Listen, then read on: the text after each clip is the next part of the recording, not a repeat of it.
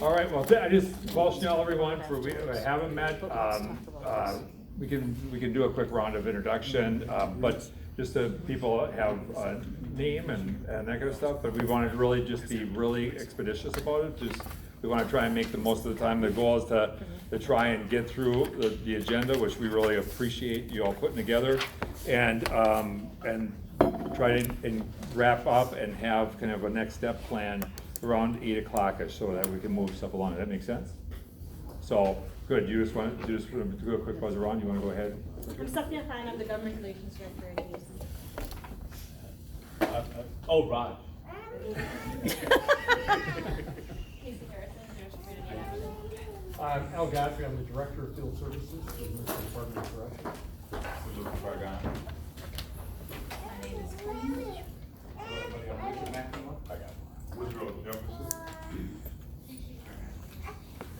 Allegra Kennedy, and this is Ariel. Ariel's in the house. All right. Diana Curran, I deal with transgender services. Jeremy Hall, here with IWAC. Let's go. Oh.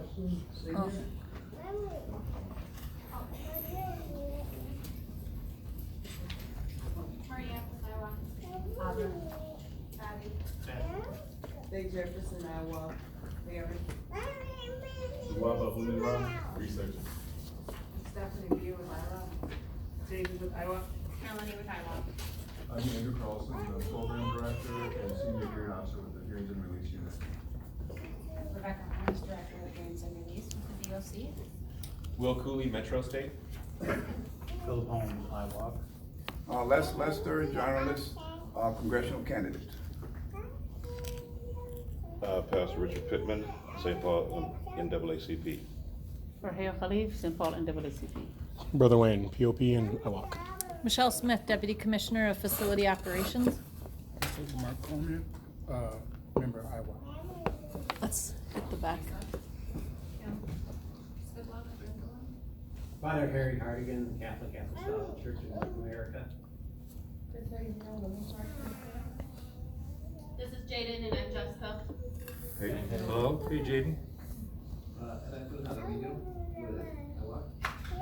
Yolanda Ross, Iowa. I'm Melissa. Hey, Melissa. Steve. All right, good. Did we miss you? Yeah, sorry, I was running to get another pen. My name is Kate. I work in community reentry and I'm with the DOC. Good. All right. Do you want to defer to you guys? Okay. Do you have a copy of the agenda? Yes. Yeah, I do. All right. Let's get started. We'll share. Okay, so, everyone, we are really excited for today. Because what we want to start in partnership with the Department of Corrections is a campaign called No New Crime, No New Time. For us, it is a community campaign to reunite ourselves because we're here on a mandate and with a mission from our family, friends, neighbors, mentors, all of whom are incarcerated, formerly incarcerated, recently re-incarcerated, the families of those people, the friends of those people, the children of those people. And what we would like to do is to embrace a common vision, which is to radically and dramatically reduce the amount of people who are sent back to prison on groundless revocations in the state of Minnesota. And to that end, we have 6 proposed solutions that we would like to achieve in partnership, hopefully with the Department of Corrections as well as the community of anyone who is connected to someone who has been incarcerated, someone who still is incarcerated, and to anyone who is at risk of being re-incarcerated for a technical violation or a groundless revocation. So what we would like to do next is, just without pause and without discussion, review the proposed solutions that we have, and then we'll have a more robust discussion where we discuss the merits, the obstacles, and the points of unity around each of the 6 proposed solutions that we have. And we'd like to conclude this meeting by scheduling our next session of hopefully what will be a community-led and community-based working group where the Department of Corrections will be a partner. Thank you. So these are 6 proposed solutions, stemming from our work in the past few months. I'm just gonna read them all and then we'll get into a discussion afterwards. So solution 1 is instituting an immediate moratorium on all crimeless revocations of parole, including CIP. Number 2 is to de-incentivize crimeless revocations by, for example, charging counties for full cost of incarcerating technical violators by September 1st, 2019, and for existing probation violators beginning December 1st. Identify all policies and practices that incentivize crimeless revocation.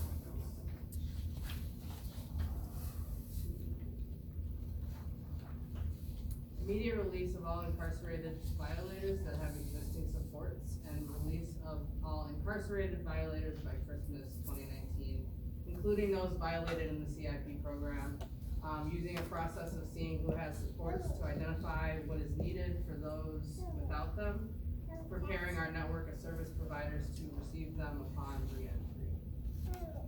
4 is immediate action by the DOC to get approval from budget office to move money from institutions to community services to fund re-entry needs, including culturally responsive service providers, substance use source agencies, housing programs, among other things, providing documentation of contact with budget office by Friday, August 23rd, and their subsequent responses. 5 is compiling and improving DOC violations data and making it easily accessible to the public. This is compiling all complaints about parole officers in the last 10 years by name, type, year, race, and offense. Begin tracking violation by agent, ensure tracking of revocation reason based on HRU guidelines, add public safety and financial justification for incarceration, restorative justice approach, attempted prior to revocation, and assumed underlying basis for violation like a mental illness, addiction, identify all policies and practices that incentivize criminal revocation. Last is create a community-based and community-led working group to audit and improve the probation and parole system, including real community-driven due process with partnerships, sponsorship, and support from the DOC, holding a first meeting facilitated by us, Incarcerated Minnesota, on October 9th. And these are sent.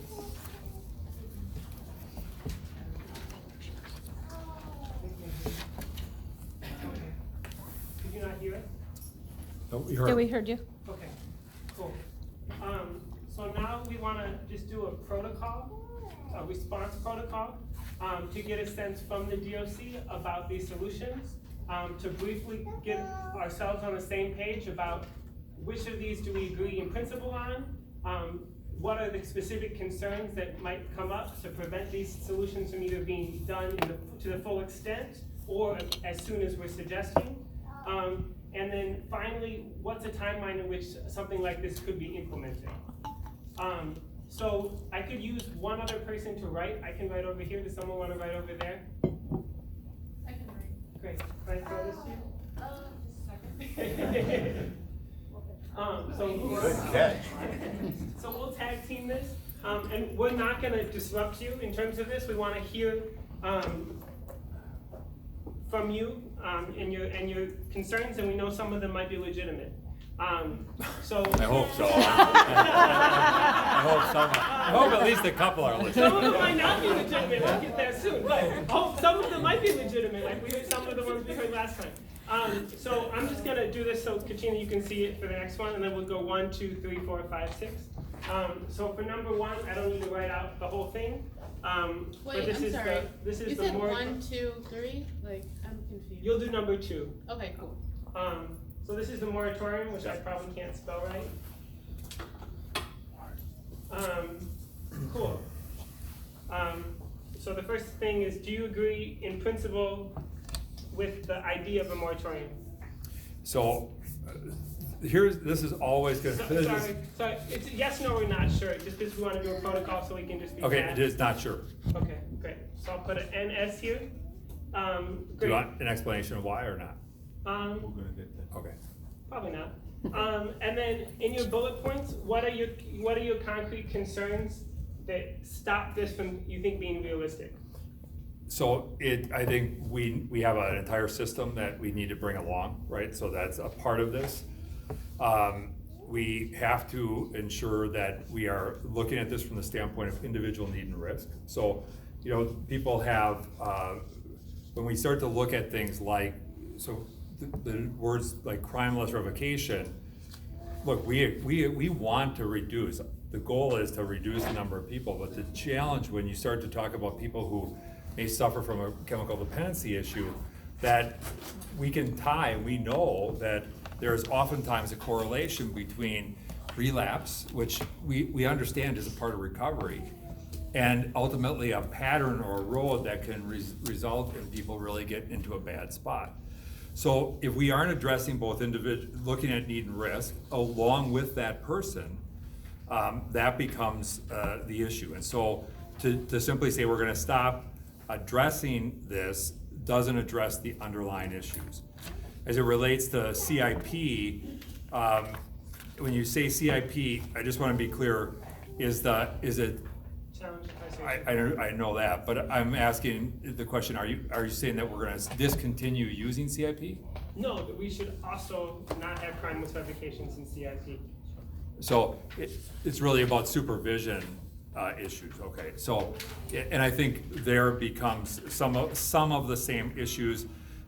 Some of that can be a little bit on the statutory side, because if there are violations of conditions of release, there is some statutory provisions. So we have some ideas in terms of how we might fix that, and how we might address some of that. But ultimately, the biggest reason is that we have a system. We need to think about the ways that we do this, and we have to build capacity at the community level to address individual need and risk. Okay, can I just briefly summarize what you said? Sure. So you said we need to bring the whole system along, we need to assess individual risks and needs, we have a concern about people who relapse, we have a concern about laws around CIP, and we have not enough community support. Right, and when I look at relapse, I'm talking not just about alcohol and drug stuff, but it can be anything, whether it's issues related to their offending pattern, just things that ultimately we know can tie and correlate with triggers and paths. So some people will say things like, why would you have any involvement in who a person relates or connects with? In some cases, it may be entirely appropriate that there are people who are going through and dealing with things together. In fact, positive peer association is really critically important. The challenge is when you have one person who's really trying to maintain a sense of recovery and another person who's just kind of off doing their thing, it can tend to bring that other person along. So we're talking about this in whole. Okay, so, sorry, relapse or criminal patterns, is what you're saying? Criminal patterns, criminal thinking, CD stuff. Okay, great. You want to go to number 2? Yep, so the question of yes, no, or unsure, it is really. Just sorry to interrupt. What is the topic, number 2? This is de-incentivize crimeless revocations. Ooh, how do you spell all that? Just said DCR. You can just use DCR.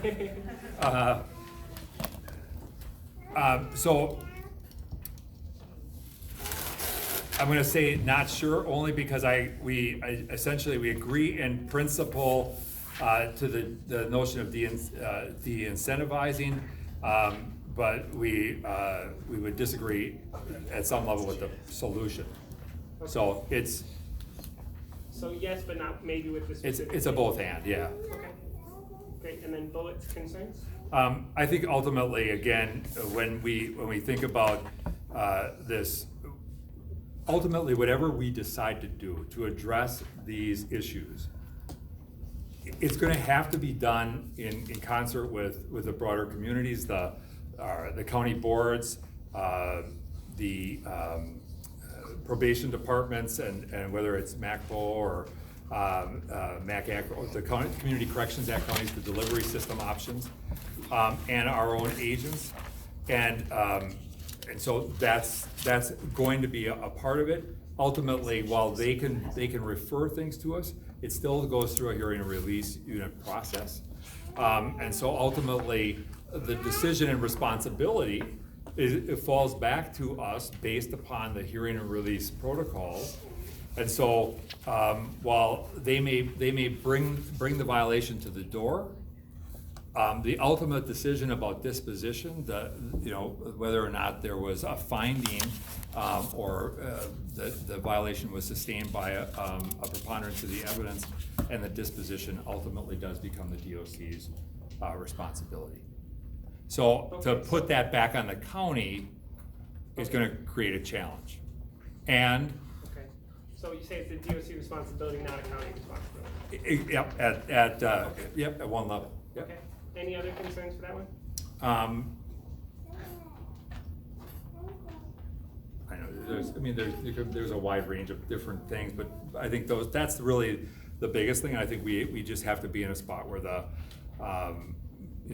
counties are going to, and I think some of this will tie together as we go through all these. Okay. But cool. Yeah. Three, immediate release of everyone with existing supports, and to make sure that everyone can get home by Christmas.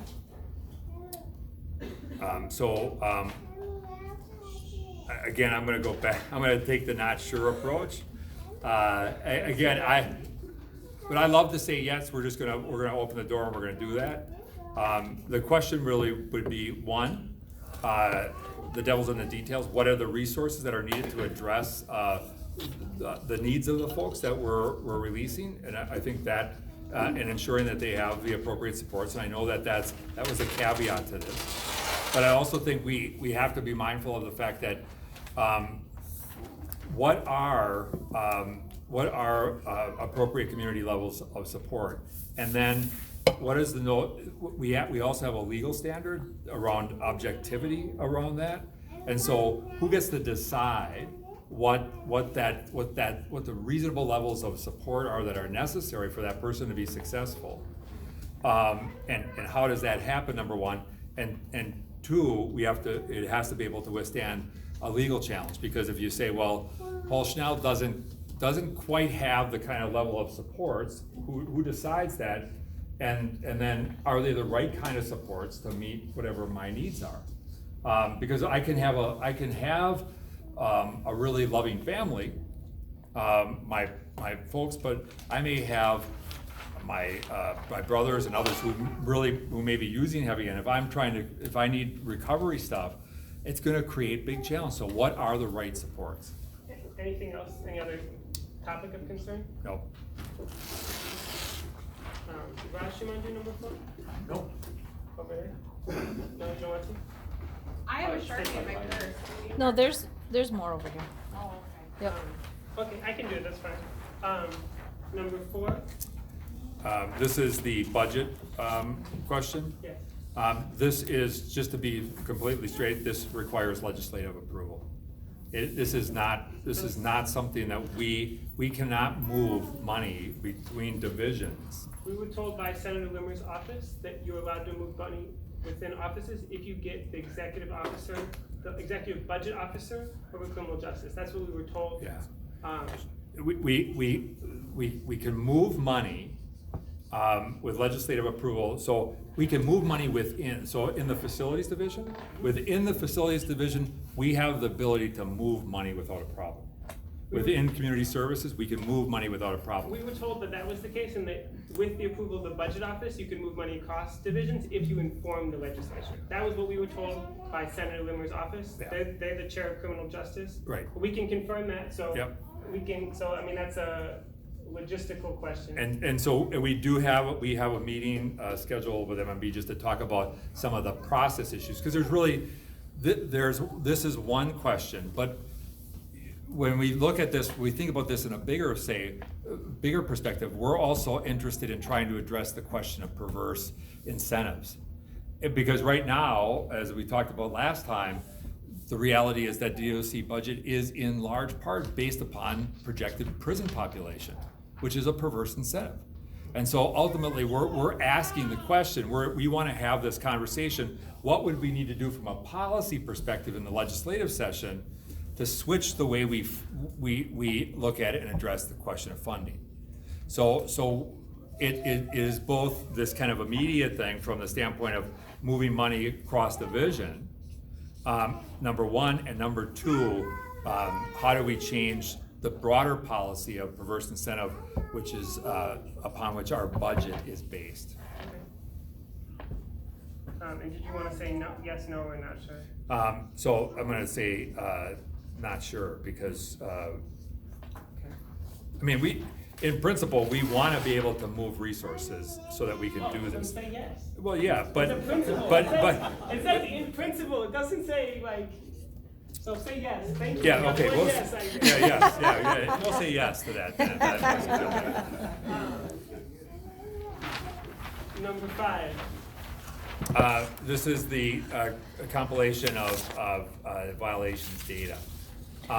So we are, and there has been a big push, HRU in fact, just within the last several weeks, has been making a big push to the executive team to really do an investment in the systems, the data collection systems that we have that are needed to really pull this stuff together. We can pull elements of this data, and one of the things we've been talking about is even trying to provide either some resources or even using some intern stuff to do some tracking for a period of time to get a better sense of it.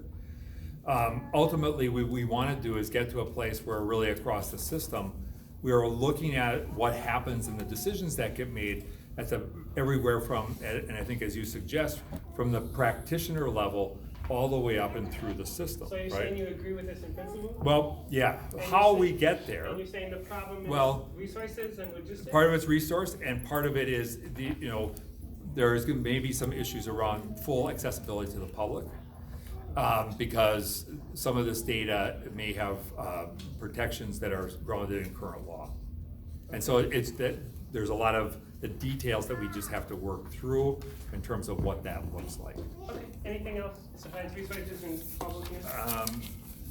Yeah, so that's the main thing there. Okay, last but not least, sorry, thank y'all for the marathon.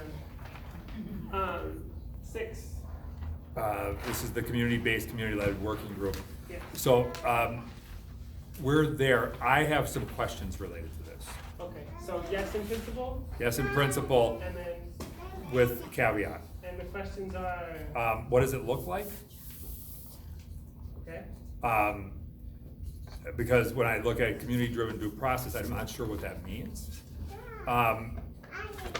When I look at the question of partnership, what does that mean? Because I think that becomes a question. I'm all about this audit, but how do we do that?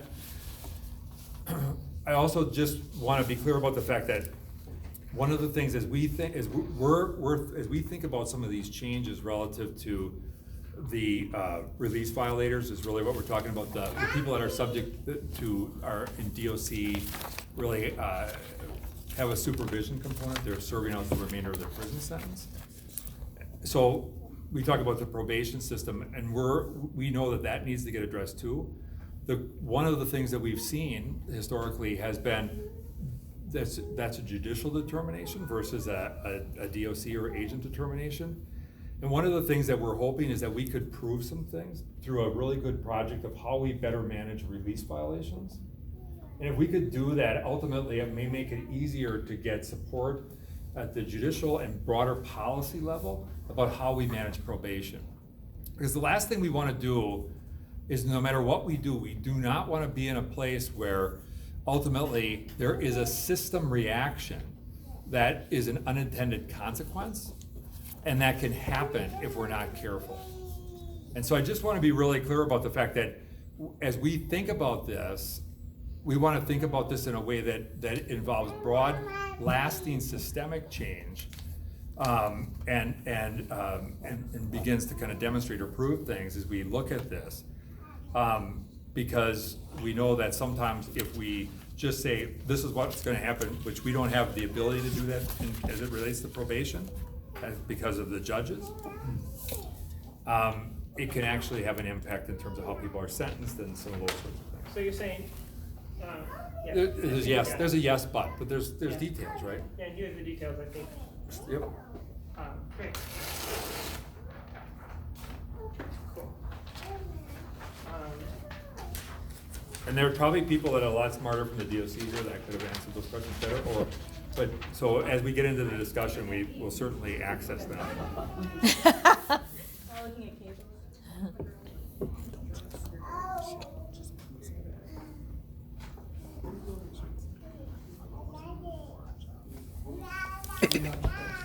I think we want to go back through each of the solutions, and make a commentary on what you just shared, and thank you. Also, I think we should also claim this small potential victory of you agreeing to be in the working group with us. And I think that we should also talk a little bit about what that process looks like. But I think first we'll start from the top with the moratorium. So let's just revisit some of the concerns that you shared. So for that, you're saying you have concerns about bringing along the whole system, and you're saying that you have concerns of certain types of repeated behavior that would be basically dangerous. So you're basically saying it seems like you have two concerns. You have public safety concerns, and then you have level of support concerns. Those are the two sets of concerns? Yeah, levels of support, intervention, kind of services, access, yeah. So, does someone have the fact sheet next to them? Could they pass them the fact sheet?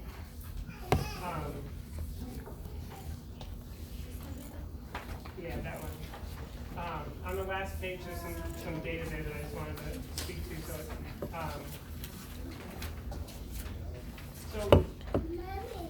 So one thing, Hennepin County in 2017 released a report on all the violations all the violations and revocations in Hennepin County, and they didn't tell us why, which is annoying.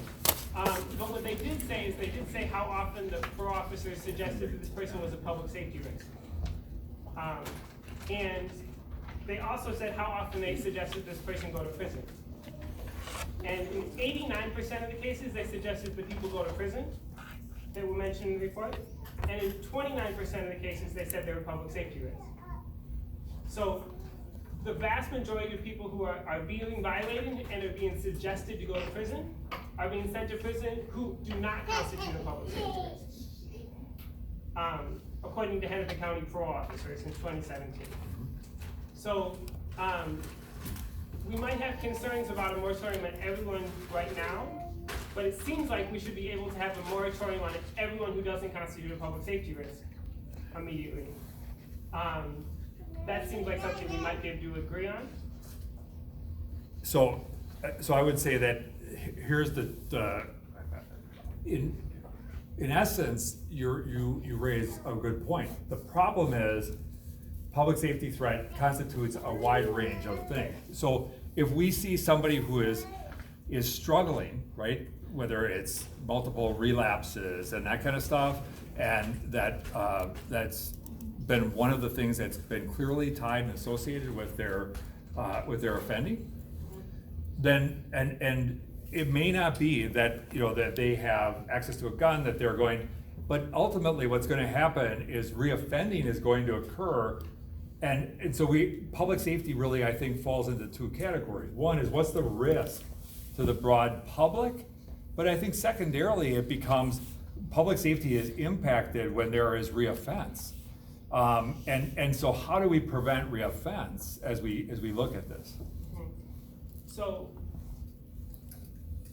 we're expressing fears about public safety, but also we know that everyone who's being violated does not constitute something that parole officers thought was a public safety risk, right? Right. And so therefore we should know that we should be able to prevent people who do not constitute a public safety risk. But remember, public safety risk is more than simply the immediate danger to the public. Of course, but that's again, right now, parole officers have complete discretion over all of this, right? And they're the ones who's determining it. And they're saying that in Hennepin County, only 29% of people, according to their data, don't constitute a public safety risk. They would be the ones who would determine this. Right, and I think, I don't know what definition they use. I don't either. So. I mean, it's a data point, but you'd think if they thought they were a public safety risk, they would have checked the box that said they were, right? I don't know. I don't know what the criteria was. I just don't know. I don't know, and I think this is the whole thing around definition. Trust me, I hear what you're saying, and I don't disagree. The challenge becomes, we need to be really clear about the fact that when we think about this, I believe that that the public, generally speaking, wants efficacy in our response, right? So it's not just about let's hold somebody accountable, let's just punish somebody, which is itself an issue. They want ultimately effectiveness in terms of the intervention that we provide, and I think when we can see and clearly tie pattern behavior, that becomes the concern. So I think public safety risk, as I view it, and again, I don't know what they used when they looked at this, that becomes part of the question. And that's something we can find out. There's a gentleman sitting next to you with something, an example maybe that might be useful. Yeah, my name is Mr. Coleman. My name is Mr. Coleman. I was released in 2018 of last year. I've had an agent by the name of Chad Blake. Since then, I have not committed a new crime. I haven't had a dirty UA, breathalyzer, anything of that nature. Been reincarcerated 2 times. Went back each time for 140 days for not having a place to stay. The nature of the violations was hearsay. They all got dismissed, and I still had to go back to prison. This is an ongoing issue. So just today, I got denied. You wouldn't allow me to go to sign up for college, so these are the kind of things that, rogue agents do. And I'm being subject to that as we speak. And so I say to you, sir, that some of this stuff is broken and it needs to be fixed. And it starts with pulling back some of the power of these agents, because they got a lot of power. Right. And I feel that pull some of that back, and then they'll start to act right and make certain decisions. That's just all it is. So I just want to validate the fact that I'm not here to defend the decisions of every probation officer, or every agent out there. I can't and wouldn't. At the same time, so I recognize. It's well documented. I can prove it. No, and I recognize the reality of that, and the consequences, the implications of that, we know are significant. And this is one of the things that, as we've had just a ton of these conversations about what's that standard that we're going to use to do this, to make those decisions, because the implications to you are profound, because it has all kind of housing, it has all kind of range of consequences. We recognize that, and I think this is that whole point of, if we aren't tracking data at the level of at the individual agent level, so we can begin to ask this question, because obviously it sounds like in some of these cases there was not a finding, and if there's no finding, but the implications to you are profound. Yeah, but my agent Chad Blake. I just want to say about public safety. So my son is in the prison right now for violation of his probation. He started to use medication, prescription medication, parole or Vyvanse, whatever. It turned him off. He was saying wicked things. He didn't do anything, didn't hurt anyone, didn't offend anyone, but he was off. I'm his mother. I clearly could see it. I called police department and they came and talked to him and I said, you can see he is off. Please take him to ER, to hospital, mental hospital. And they said, no, he's not at risk of hurt himself or public around him. So I guess we have very different explanation about public safety from your perspective, and from medical perspective, and same include police. I don't think so that it should be like that. We need to have one point. This what person couldn't do or this. Not one I'm begging police officer to take him to ER. And they tell me, no, we don't have that right. And you tell them now about we have to look everyone if they're dangerous to public. Maybe we have to start to work together from every aspect. You can't, I'm sorry, but I'm listening to all this. It's just so much about you try to defend the system, what you work for. What about us, people who have sons, daughters? My son didn't kill anyone, he didn't hurt anyone, he violated his probation 9 months after boot camp. And how it says in his letters, it's officially about a few weeks leading to this violation, the offender has a change in his prescription medication. And his wife now believe the offender has a reaction, side effect from the medication, which put him in psychotic episode. The offender is prescribed Vyvanse, and there are side effects include psychosis, that can include hallucination, aggressive behaviors, hostility, paranoia. This would explain the offender's odd behavior. The offender needs to meet with his psychiatrist. That's what I asked first police officers. That's what I asked. Instead that, next day I called police because he is home. What they did to arrest him, he wasn't aggressive. They broke the garage door, but he was in the garage in his car. They broke the passenger window in the car. They pepper sprayed him. And when he stumbled on the ground, they pushed him to the concrete. He broke his glasses and hurt himself. Do you think we're talking about right justice right now? Everything what you said to me, I'm sorry, there's just communication. You try to explain everything what system now works, and this is right. No, that's wrong. And I'm so happy our committee is here. We try to improve. And please don't tell me you don't have a right and not sure about everything what we ask. We ask for justice for our kids, our loved ones. My son didn't commit a crime, and everyone is here. We came. They didn't commit new offense. They violated with probation, and everyone has different explanation. In my case, it's Vyvanse. Why can't we take that people, our loved ones from prison, release him? Yes, you do have that power. If you go up and communicate with another people, yes, you do have a power. I can't believe you don't. Yes, you do. And everyone with me, I'm sure, agree. Yeah, he has exclusive power to do that by himself. Wayne has something to say? Sure. And it kind of ties into everything that just was said. And it goes back to one of the things Mr. Schnell said about system reaction, unintentional consequences. From what I got out of that, I think was, and per se, if like 100 people get sentenced for a crime or an offense, those 100 people get out, one person commits a crime, they treat all the other people as if they are that one person. So basically, like, everyone gets treated bad, whether they do, even if they're trying to do good. And I heard some of the other things you said as far as pattern behavior and public safety more than immediate danger to public.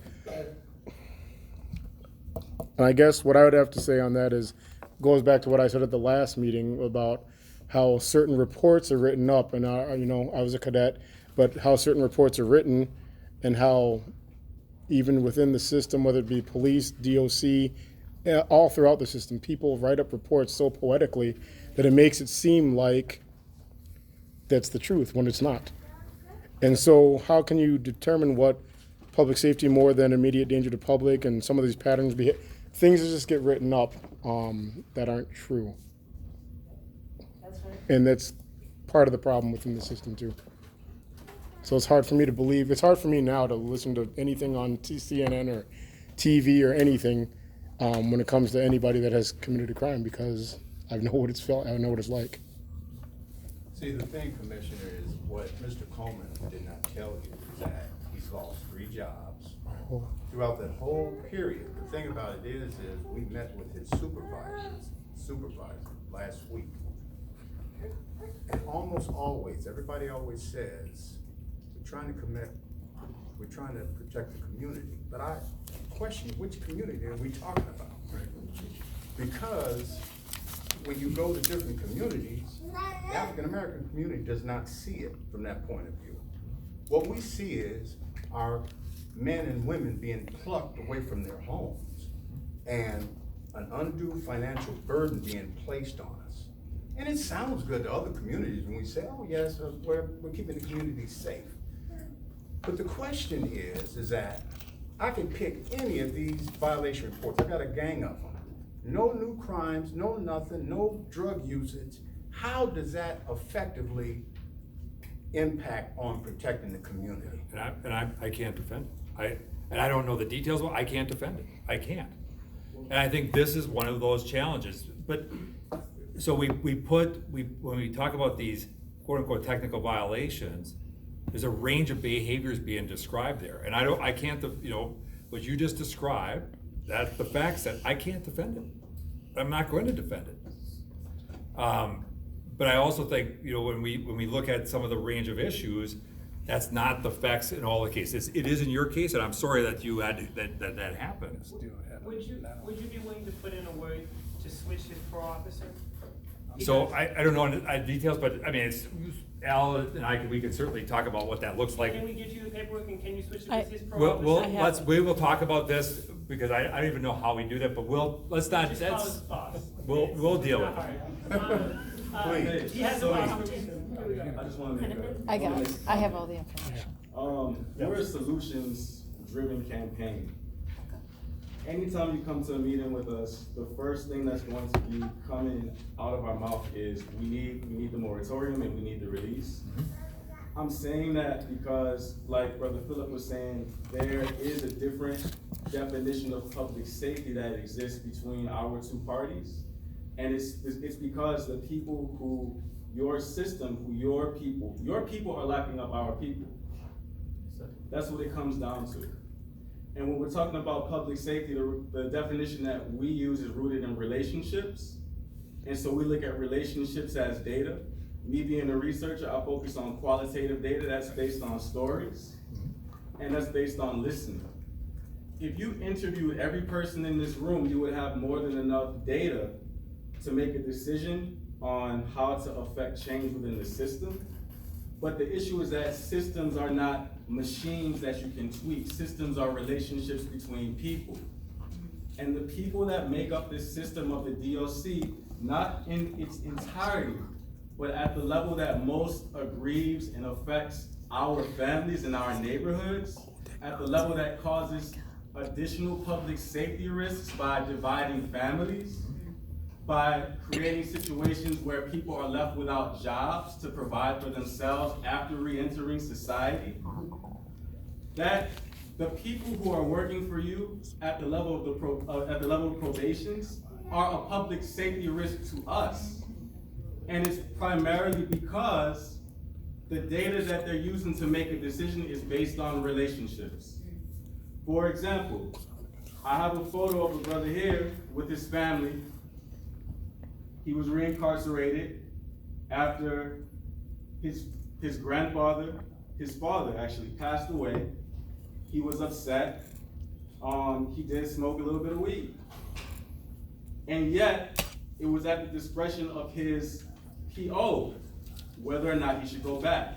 Now, if you were in an actual friendship if you were in an empowering relationship with someone and you knew their situation, why would you set them up to be disempowered? He was sent back. His family is now left without someone to put food on the table. That's an undue burden that affects his wife and his 2 children.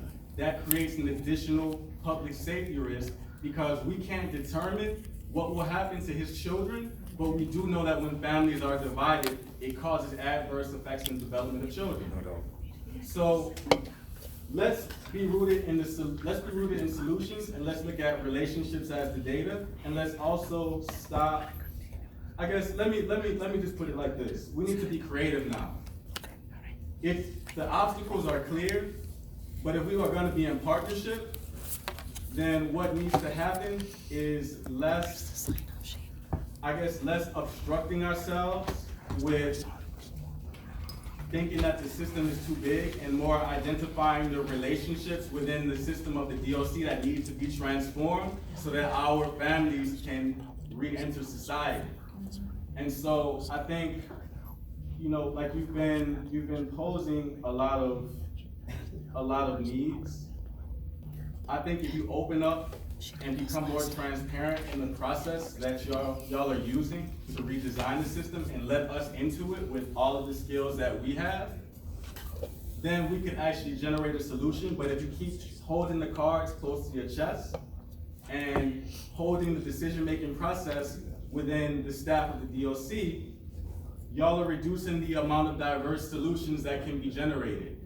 But if you open up this process to we who are assembled and the communities that we're connected to, we could make something beautiful. Yeah, and I agree. Did you want to go there? No, go ahead. Okay. I just say this, that what you just talked about, I think is just an incredible description of the kinds of things that need to happen. But it also kind of speaks to this issue of the fact that when you talk about relationships, we're talking about people and the needs of people, right? And that's what I heard you say. And so the reason why people ask for a moratorium is because harm is being caused, right? Harm is being caused every day.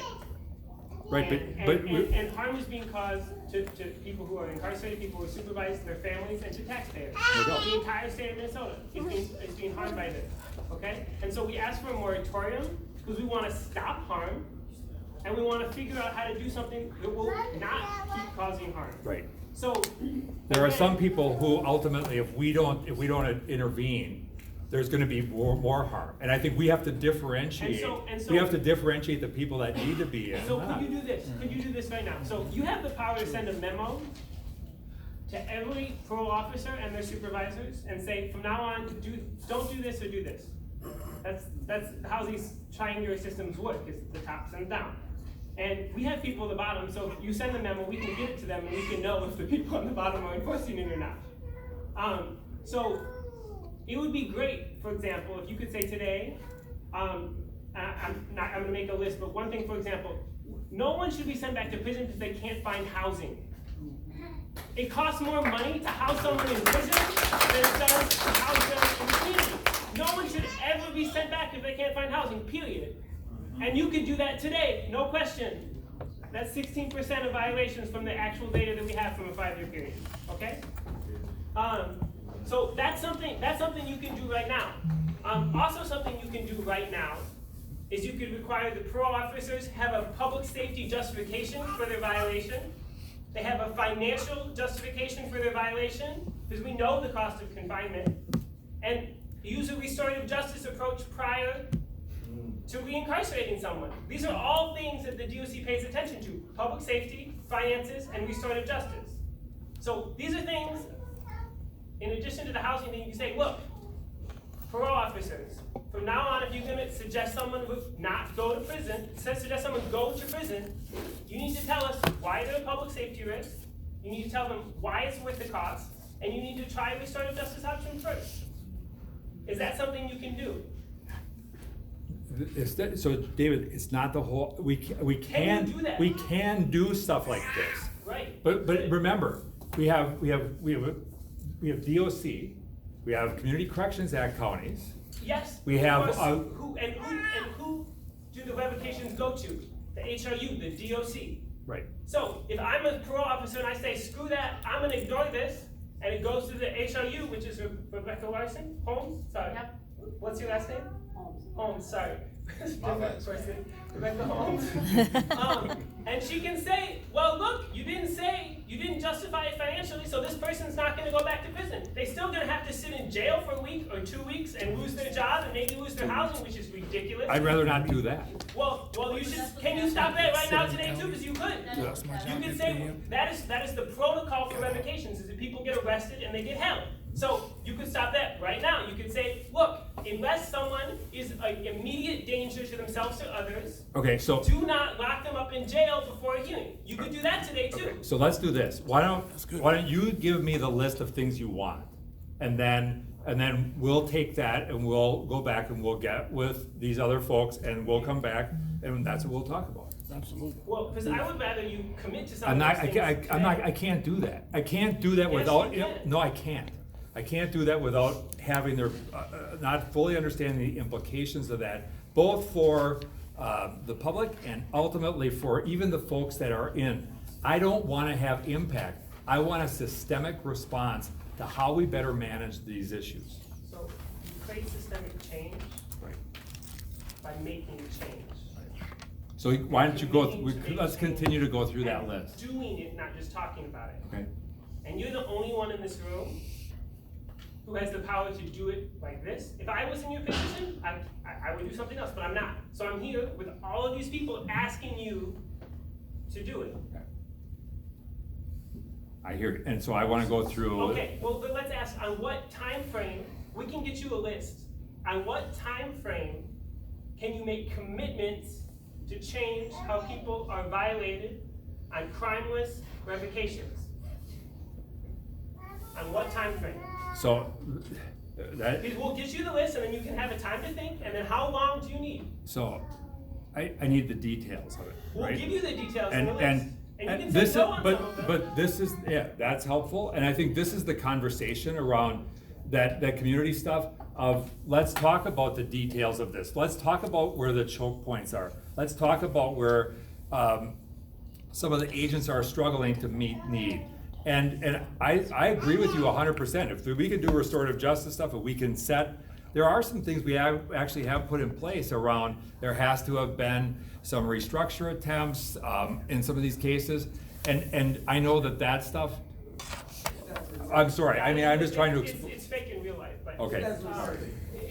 I think even with the restructures, sometimes those get worded around funny. We just had that incident a month or so ago with the restructure that happened based on hearsay from the agent.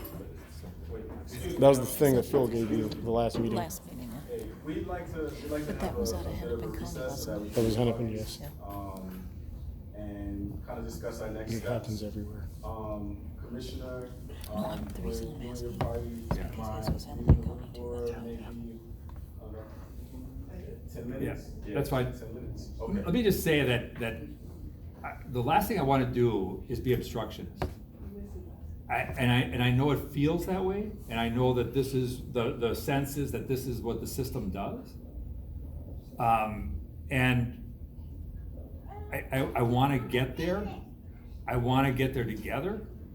And this is the rub. It's not that I disagree. It's not that I want to sit here and say it's my way or the highway. It's how do we get there? And it's the devil's always in the details in some of this stuff. So yeah, we'll step out and you can do what you need to do.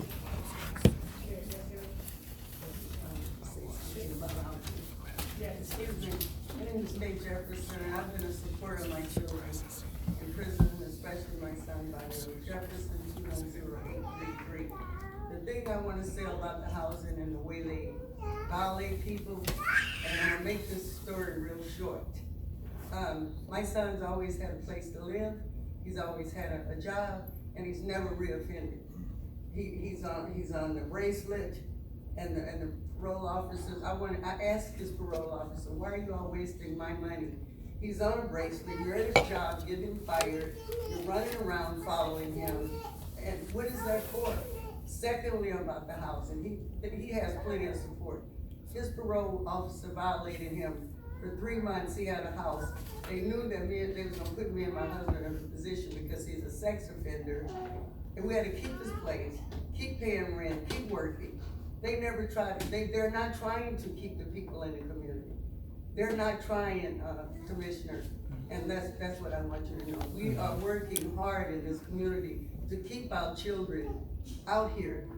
And that's why I'm here, and I just wanted to say they're not helping us. Yeah, thank you for that, I appreciate that, and I'm sorry.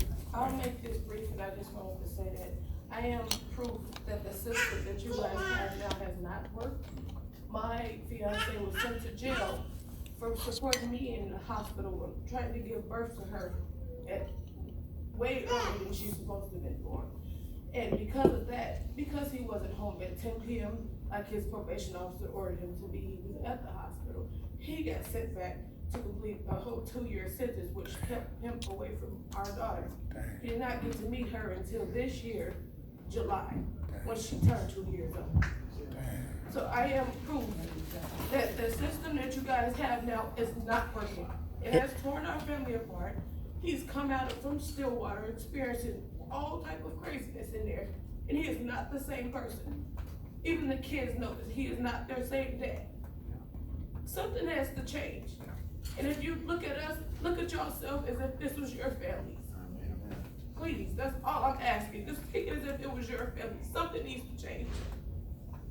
I'm sorry, thank you for that. I'm sorry, I can't understand. They will ask you a time frame when you can come up with answers on our questions. You can say it, I can come up within 2 weeks, within months, and answer all your questions, yes or no. You can give us that. Yep. That's in your power. Yep, so we'll. You can't continue to say, I'm sorry. Do something. You can do something. Hey, y'all. Let's talk this, but also I think we should, let's reframe it, because I think actually the solution is all of us, not just the commissioner, not just the staff who has come from the DOC, but for this process to be more like the unity that we're bringing to this project. We need to talk numbers, we need to talk resources, and we need to talk relationships. We need to talk about timelines, and we need to talk about who's coming to the table next. Because we all know that the system could easily be indicted, already has been, and it's no longer an option to put this off. So let's take a recess. Thank you. Just remember who's here talking. I know that. Okay. Yeah. So she's got. And yeah. We'll see what it's happened, so we'll see what we can do. Some of us have, some of us have.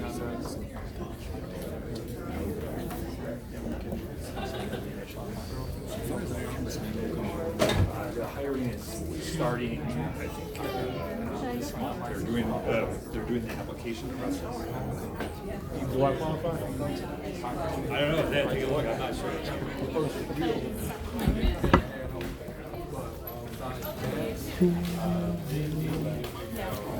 I'm gonna talk to Michelle.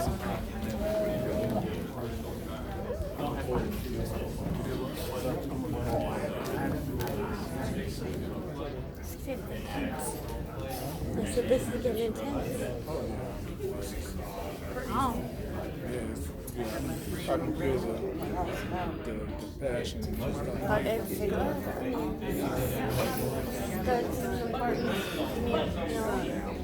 and then it's like the other lady was just talking about, like, her son was like, what's the point of some harassing? And I want to ask her, like, what is his name? 5-year-old Jefferson. Oh, yeah.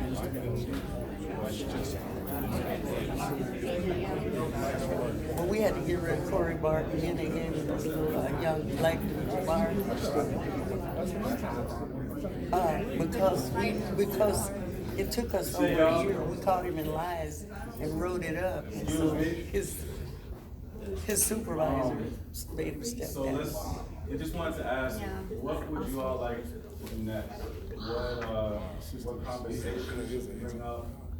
What notes should we touch on before we close the meeting? How's everybody feeling?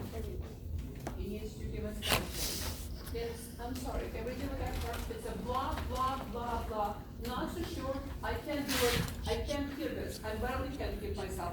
I'm very sorry, but interrupt a couple times. See, hey. Yes, he has power to say, yes, I need a month to work on these questions, and I'll send you answers to you. Yes or no, doesn't matter. He needs to meet with some people, I understand that. But they need to do something besides, okay, we will think about, we agree with you, we have our system, we can't break rules. No, they can, if they want to. They set the rules. Exactly. They choose what the rules So are. they need to give us frank time. They need to. And they need to answer our questions. That's my opinion. I'm sorry. You're doing a good job, but here's the thing. You're giving him too much wiggle room.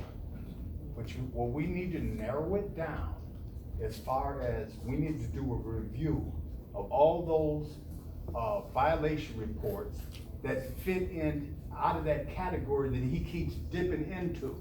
So he keeps going there every time you guys ask him, well, you know, it's this, even though we're telling him, hey, these guys, they haven't used drugs, they haven't committed no new crimes.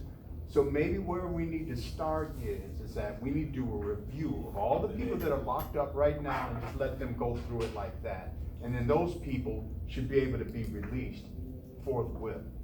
The ones that haven't fit that category that he keeps telling us about.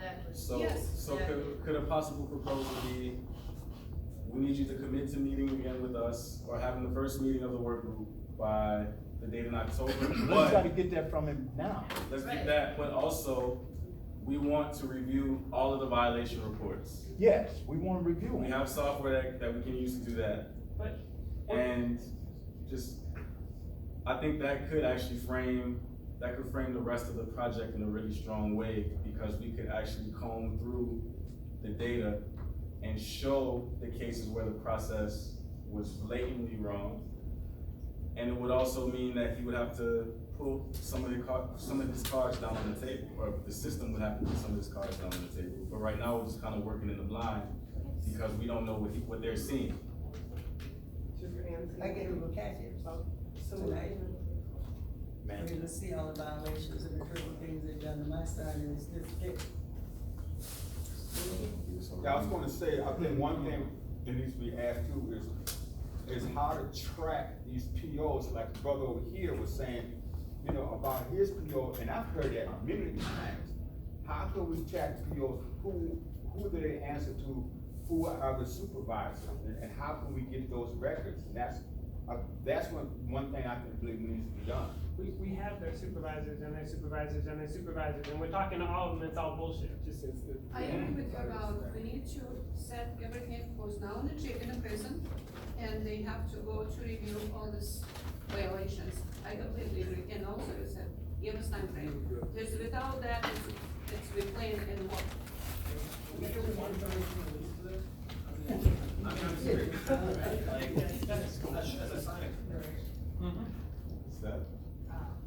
I was just gonna say that I feel like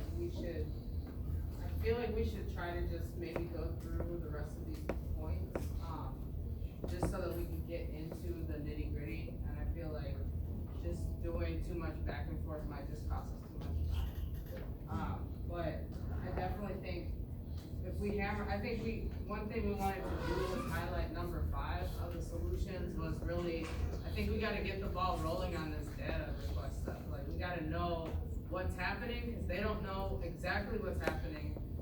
So point number 5 is something that I was gonna talk about, which was, a list of things that we wanted them to start tracking for us. And included in that, was 2 suggestions on an email list that somebody else had bought the 5 most egregious parole officers, and we could start requesting data on those 5 right away. So I think that's something we could bring up if that's cool with We have 5, but there's more than 5. It's probably a good 7 to 10 of them. Question. Okay, question. I was gonna say one thing too. They're in the process of hiring an ombudsman. They haven't got one hired yet. Right.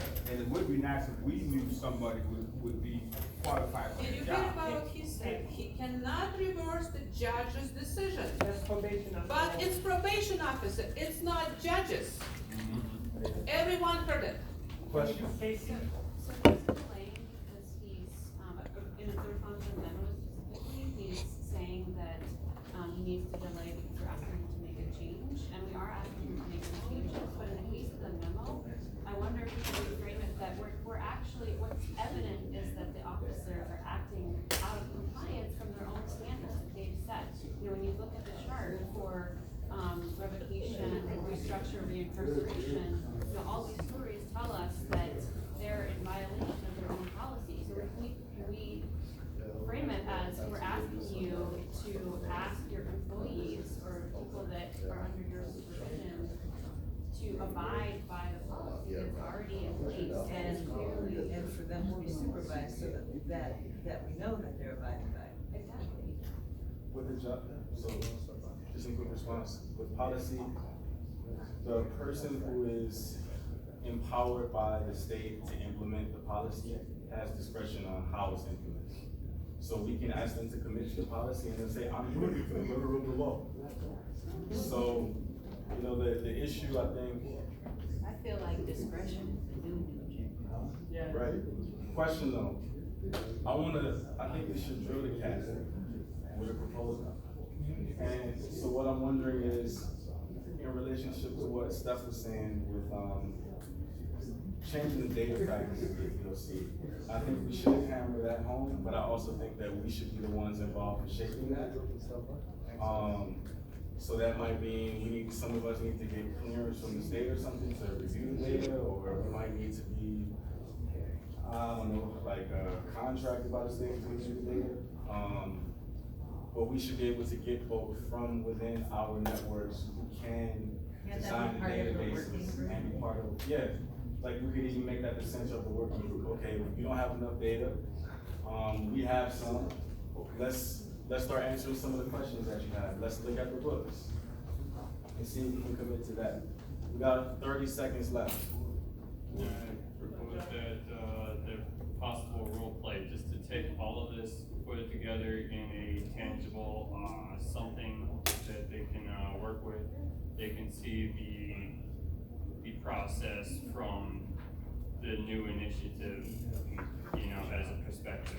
You know, I was thinking having a pre-HRU public safeties kind of person in community support.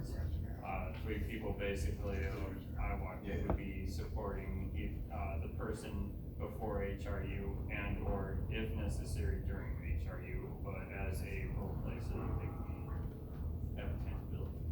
That's all I got. Right. I mean, they keep talking about relapsing. They do. And we know that, I mean, from 2003, 2007, 44% of violations were associated with some kind of drug use. But that still leaves a majority of violations that don't. And they don't get the help that they need in prison. All they do is send them to the home, and then they sit there and detox without the medical needs that they.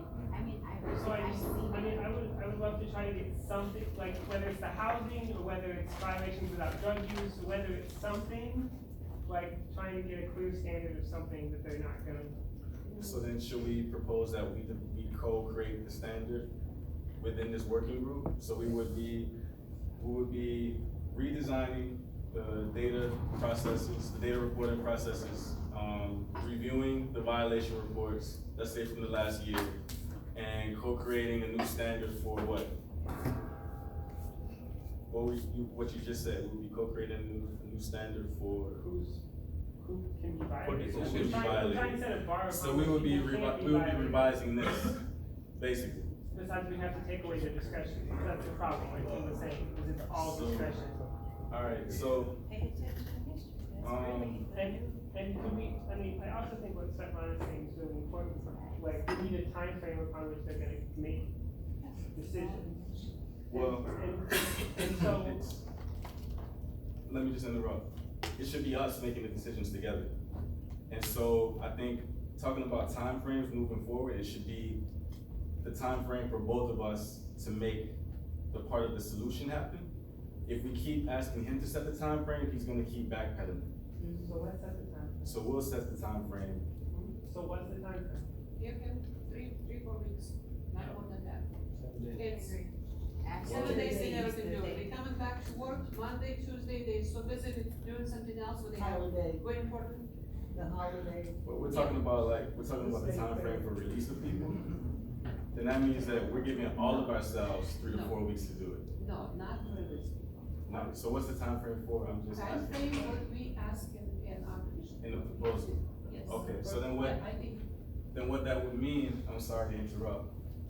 What that would mean is that we're gonna give ourselves a month in partnership with the DOC to redesign this process. Which is not realistic. I would say let's shoot for October, but let's use these next 2 months or next month and a half to work on what we're saying, what we're advocating for in the proposal. You've done a great job bringing people together here, right? And your point, you need the data. The data is critical to understand, right? You need the data to move. We're talking about human beings. And we need to focus on the human beings and the data that goes with the human beings. Just like your son, right? We're talking about humans. They don't look at. All right. We can pray for you, but it won't get you very far. Right there, we're not speaking You're on welcome. the same frequency. Next time we caucus, let's go outside. There's a bug right up there that Snell put in the middle of that ceiling right there.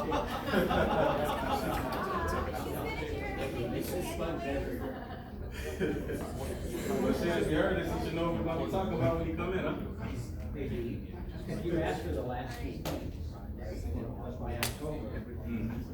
You actually have a good plan to move forward. Right? Well, I think the only thing I worry is that if we wait for them to do it without us being right over their shoulders. You're part of that, number 6. Yeah, so we're making it happen by the October date. You're together. I'm with that. Cool. I don't know exactly, but it needs to be maybe the initial responsibility, we have a right to ask them what's done, what's not done. Yeah, like something has to happen. Yes. Yeah. Want me to find myself? Yo, we're at 14 minutes for our caucus. Do y'all wanna restart? Yes. Just state the proposal for everyone. Okay, we so can- hey y'all, here's the proposal that we're gonna make. By October 9th at 6:30 PM, as a working group, we're going to review all of the violation reports from the last year. We are going to redesign the standards for hearing and release of offenders and the violation guidelines, their language, not mine. And we are going to redesign the data reporting and data sharing process that the DOC uses. And we're gonna start the retroactive implementation of those standards And we're gonna start the retroactive implementation of those standards on that date. on that date. Retroactive implementation meaning that based on us scanning the data and based on the new standards, people who should not have been incarcerated will be We'll released. start the release, yeah. And begin to implement. Okay. We gonna say something? I just want to say, you know, what we are offering, right, and they're familiar with this language, what we are offering is a growth mindset solution that is important work, right? What they're offering is this negative mindset based on emergency work. Your emergency is not my concern, right? Like I said, we have 99 problems, but your emergency ain't one, right? And I really need for us to think about how we frame this as a growth mindset solution. Here it is, right? It's something that we want to do. Also, I think when we come back, Kim has a story about her son that's really important on this one. We last one. Do you mind quick sharing when they get back? Cool. Should someone go get him? Got it. Brother Wayne?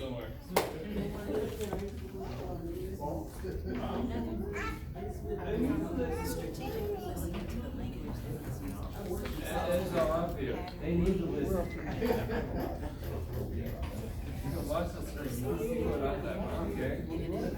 know, that's a tough one, and then because, like, I hear what she's saying about discretion. It's usually like, past history to about the guy that slipped up and stuff. In that case, I want the probation officer to use his discretion and say, oh, he's listening, I'm not gonna say that. Yeah. He's like, it's like me getting drunk. But yeah, I agree with that.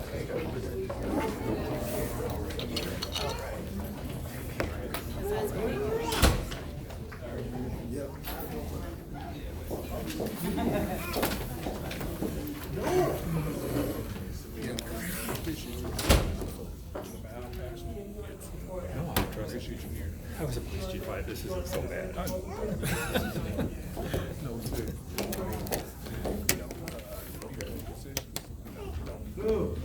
All right.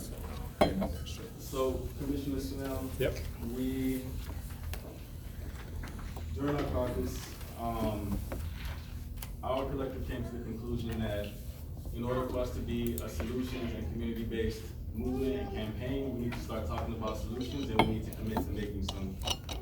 We came to the conclusion that no matter what, something within the system needs to change. And we need to start the process of change tonight.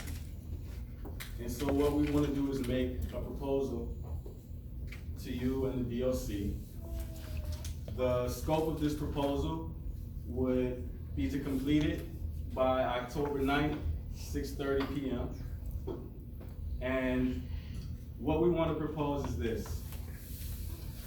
The first is that we need you to commit to a process where collectively we review the violation reports from the last year, we review the supervisory process, and we review any cases made by our constituency of aggression and disempowerment of unnecessary violations by probation officers and their supervisors.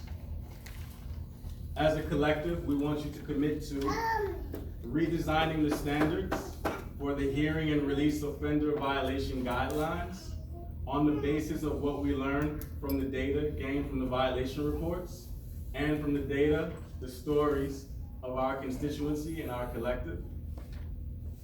We would like you to commit to starting the retroactive implementation of these new standards that we create together, meaning that having scanned through the violation reports, having reviewed the supervisory process, having reviewed any instances where members of our constituency, people who are incarcerated, people who are on their way to being reincarcerated, the formerly incarcerated, their families and their communities, and reviewing those stories of their interactions with hostility from probation officers and their supervisors, we will begin to we will begin to release people who were unnecessarily sent back to prison on the basis of the data. We also understand that there is an issue with the way that the data is being tracked, reported, and there's issues with accessibility. And so we also want to collectively redesign the data reporting and access process for the DOC on data related to technical violations and revocations. We have the capacity, we have networks of database designers, qualitative researchers, community organizers. I'm sure y'all got a couple of tape recorders too somewhere around, so we can use those. Y'all have space, you have resources. Let's make this an actual partnership and let's put people, time, and funds to it. The only way this solution, the 6 solutions that we propose anyway, the only way we can make those happen is in partnership. But work has to be done. We're a working group. If we continue to just relive our pain and our trauma in this room, in this facility, which is responsible for sending back our families, it will destroy us. And if the system that you are the manager of continues to work at this pace, it eventually will destroy our nation. And so, I don't know what time frame you would need to think on a response to this proposal, but we got 8 minutes, so how you feeling? Boy, no pressure, right? Here's the thing. So I'm gonna say that we want to, I'm interested in some of these redesign discussions. The process of review is, there's gonna be some statutory issues. And there may be some ways we address some of that, because some of this stuff is protected by data practices stuff, there can be HIPAA stuff, there's a lot of elements of that we have to be really mindful of. And we're, this whole notion of the desegregation of data, that's something that we need to do so that we can look at what that data means and those sorts of things. So we have to look at the legal elements for number one, the standards redesign. I'm interested in this. One of the things, so let me just talk about a reaction and one of the proposals that you made that was intriguing to us as we went outside and talked a little bit. This whole notion that you talked about of the justification stuff around whether it's public safety or the financial implications, the implications for children. I'm intrigued by that and looking at what that could look like, and really think that there's a tremendous amount of merit to that, because at a minimum what it does is it prompts the system to think about these implications in broader ways that ultimately address effectiveness, right? And that's in your interest and in our collective interest, and I really like that. At the same time, and when I say at the same time, I'm only saying this because I'd like to try and utilize the authority that we have to do some of those things. I also feel the need to just go to the MAC, the directors from our partner agencies, and say, here's the deal, folks, we're gonna put this in place and why.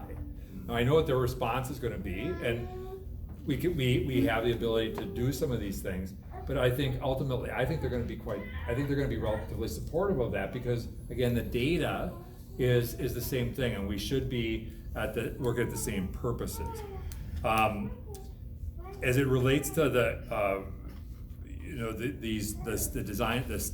standards that we're applying, and I do think this is a place where there is it's certainly worthy of a lot more exploration and work, and I think we concur that sitting down and really kind of walking through, let's talk about them on a global perspective, and then let's talk about them in terms of how are they applied, because that's we can say we're never going to do this, but then we have the circumstance where there's a dynamic at play that I think we may agree on, that says, okay, we understand that, so it's the what ifs. Majority of the people that are in, we want to get to a place.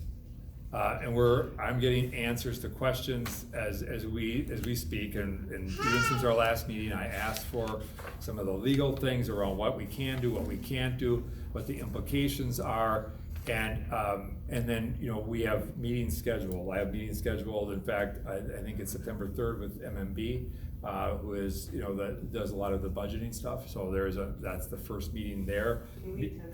No. We can set up our own meeting. Yeah, you can. But what we will ultimately have then is I'll have a meeting. We have a meeting with the governor, and we want to. But I think it's critical. I agree with you 100% that the people in this room can help create solutions that are going to be acceptable in terms of how we do what we do.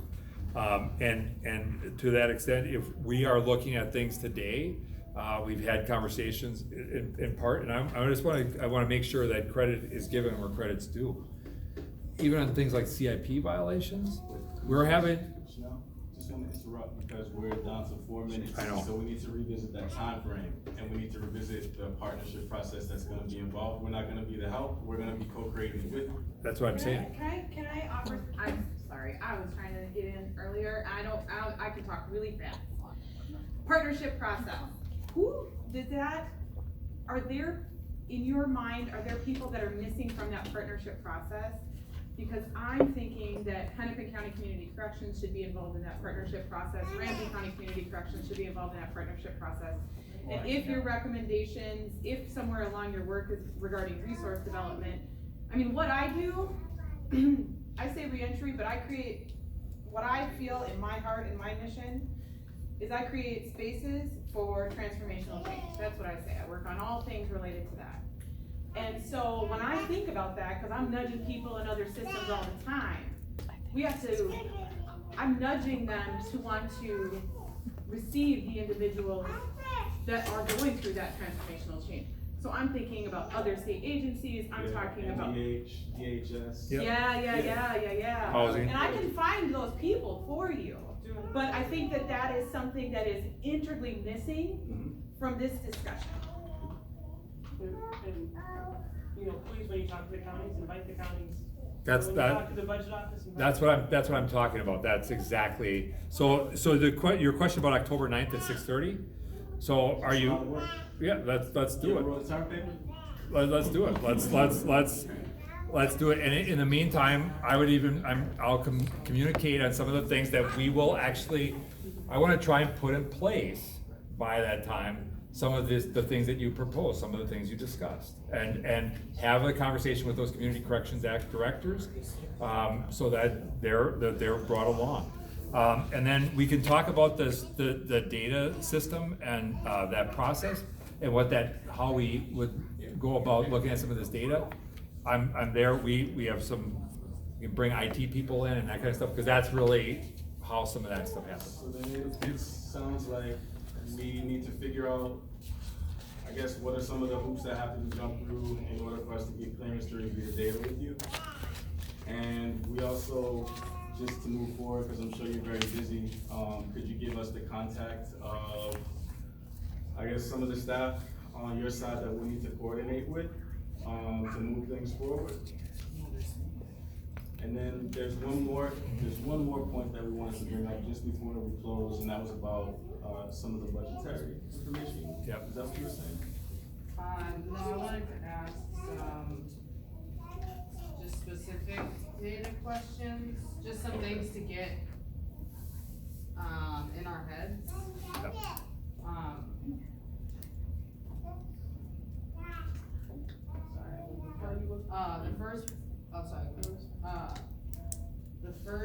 This is looking at the list, number 5 solution, so compile and improve DOC violations data. Yep. And make it easy for the public, easily accessible.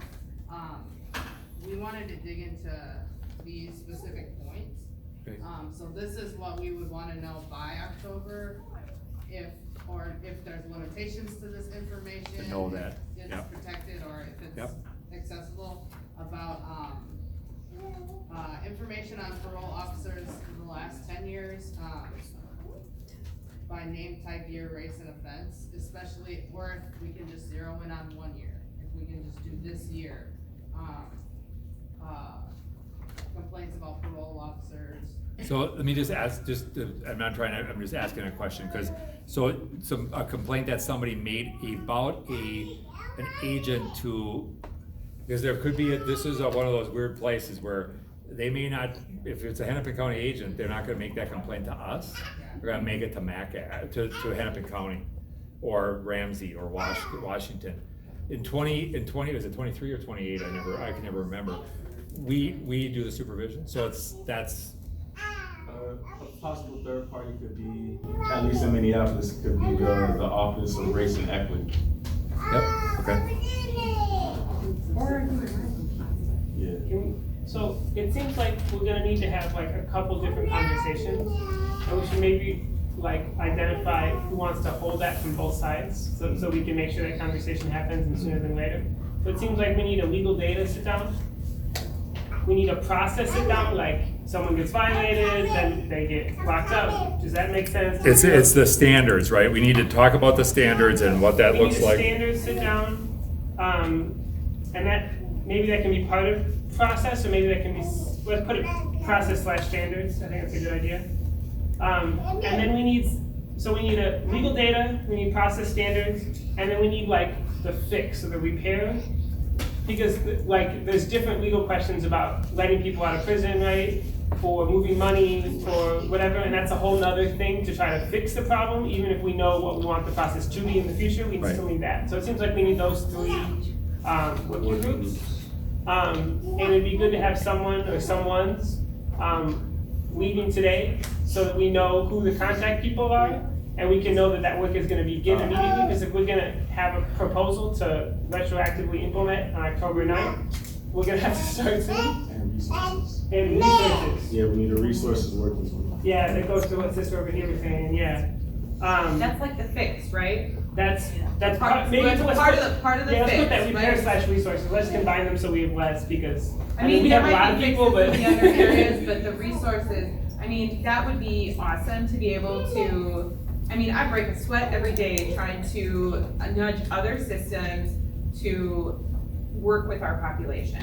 Work with the individuals that are, there's more correcting that happens within the community as far as like people that are involved in community supervision, we could be preventing. And what's your name? Kate. So Kate, do you want to be on the repair side? No, I will communicate with you who will be the lead on each of these areas. Okay, so you will communicate from the DOC who might be the lead on your end. Yeah, and Kate will be one of those. And it can be two people, it doesn't have to be Right. one person. No. I mean, we're a horizontal movement. No, it's the lead. She's gonna be one of them, I can tell you that. And by when do you tell us? Just give me until like early next week, just so Monday? give me Tuesday? Tuesday. Tuesday So, morning. 9 a.m.? geez, I have. Jeez, damn it, just man. give them till Tuesday. We're busy too, we're all working, like, it's not like this is our job. This is all volunteer. Tuesday. Also is like, Tuesday by the end of the this may day. seem like a breakneck pace, but this is what happens to the people that. I respect that, I do. You know? Okay, so by Tuesday the 20, what's that date? 20? End of the day, whatever End of the that. day, next Tuesday, we'll have leads. So we'll have leads on our end too. Okay. To set up initial meetings. And 27th. If we're finding leads next Tuesday, can we set up initial meetings for those groups the following week? Yeah, with the leads, yeah, we can at Yeah, least. so we can have an they'll initial work meeting together. in 2 weeks on each of those three groups. We'll as soon as we can, as soon as we reasonably can, make sure we have the resources there. Okay. Hey, I want to say one thing. We were talking at IWAC individually about inviting the commissioner, formal people to one of our small sit-down meetings. I was thinking from the press perspective of what you had mentioned. You don't know what it looks like. I've been thinking you're talking with my people about doing a role play, and I would be cool. I'm trying to get the HRU director's info over there. If we can get a sit down, maybe even some people actually in their roles to kind of do a role play on what the situation looks like now, what it would look like with implementation. Basically get a open communication on how we can possibly, what needs to be changed, what would work better from both perspectives. That's the second team. Yeah. Okay. Yeah, standards and process. Okay. Also, But still, point being, I'm hoping that we can set up a date for that, maybe 2 or 3 weeks out. Yeah, that's the plan for all of them, 2 weeks. Yeah. And then I know we had someone who wanted to share something, to just speak to we kind of were talking about relapse, like everyone who ever uses drugs should be in prison. I'm not saying that. I didn't say understand that, but it's kind of came with that way, but also the way in which the discretion that people have impacts that conversation too. So I don't know if you still want to share? Yeah, I'll try and keep it brief. Speak. I don't know if I misunderstood you, or you brought up something about, I think, eliminating people, or when they relapse. You brought up something about relapsing, and it's been an issue. My son, that was one of his violations, because they claimed he had a dirty, urine. And what sucks here is I'm even afraid to say something right now because I don't know who for sure all you people are, because when he first came home, I was threatened to stay out of everything. That I was supposed to keep my mouth shut and let them do their thing. And I witnessed a lot. And when this happened, he was just getting ready to be signed off of CIP within days, and he ended up, supposedly it was positive. My son was upset and he demanded a second UA, which he was supposed to get. The agent was impatient and didn't want to wait for him to go again, so he took it, what was in the one, and poured it into the second cup. That was, from what I understand, improperly handled, and it never even should have been put in. But in the hearing report, which, sorry, you are the one that the appeal went to, it was upsetting to get denied because we couldn't say anything. We were told we couldn't bring it up, or my son could not bring it up. His public defender would not bring it up in the hearing. Nothing could be said to you in the appeal. I think I really do think it was set up, that they were just trying to get him violated. It was obvious by certain things, but it even says in the hearing, you're supposed to have witnesses and be able to you're supposed to be able to explain things. He was not allowed to. I was a witness to everything when this happened that day. And his agent went to his work done. It was like he was just looking for something else. I think he knew what he did was wrong, and in case it did get brought up, I think he wanted to just find something to get him on. And his job, unfortunately, they were aware of it, that they had different hours, that they were fluctuating. There was things it wasn't going from 1 hour or the straight 8 hours. They kept changing, and it was explained, and they knew this, but instead of getting that explanation in, he just made sure that that was going to be used against them in case the UA was thrown out. The numbers that it came up as, and his public defender even said, if he had relapsed, the numbers would be in the thousands. His numbers was 100 or 200, something like that. They said that when he did relapse, I know he didn't. I've seen so much with him over the years. I know for a fact he did not do it. He had a job, he got a loan, he got his first car, he had everything going for him when this happened. It's heartbreaking because of what happened. The first thing he said when he went in, he was just grateful. He knew I was upset, and he said he was just grateful at the time he did to get his life back in order, and now he knows he can do it because he had such a poor self-esteem over what was going on with his life with the drugs. And he was actually doing it this time, and it's just what bothers me though is the CIP. That's why I keep pushing. They need to be included. You guys see these reports, so when you go through the reports, there is so much false information in there, but how are we supposed to call you guys out and tell you? So I think you and I communicated. I asked for your phone number. I think yesterday what it was, and I pulled everything on your son's situation, the whole case file, and so we are looking at we're going to look at that process, but we're also trying to look at the issue of CIP stuff because we don't want to jam people up because we oftentimes see people do really, really, really well, right? And I think you talked about speak to this, but many of these people are doing really well and really proud of what they've done, and and even if they do have a hitch, we really have had discussions even in the last few days, and so I would just want to say that you writing makes a difference, and I think these stories become important, and I don't want to, because there's a part of me that how do we separate these stories, and we can't. I don't want to separate from the work, but I also want people to have the chance to be able to tell the stories, so that we can actually do the work, right? Because if there's a time, one of the processes we can do is put together an opportunity for people to tell stories around their experiences and have that heard, so that when these groups get into the work stuff, they can really focus on work. Well, and also part of understanding how the process is actually working is talking to people who are actually experiencing it. It's not working like it's I get all. I just want to say you touched on stories. The greatest story I think all of us can benefit from is by educating ourselves about the history of incarceration in America. And I think there should be ongoing education for anybody that works in corrections about the history of incarceration in America. Because when you use words like pattern behavior, it's as if you're ignorant to the fact that there's a system that generated environments so that people have patterns of behaviors of relapse. Right. The list of relapses that you mentioned. Right. So that's the greatest story we all need to be informed on, because that's why we're here. Yep. That it affects us all. Yep, I hear you. Every one of us. There is no othering. Yep. All right. Thank you. Thank you all Thank for you. coming in. Thank you.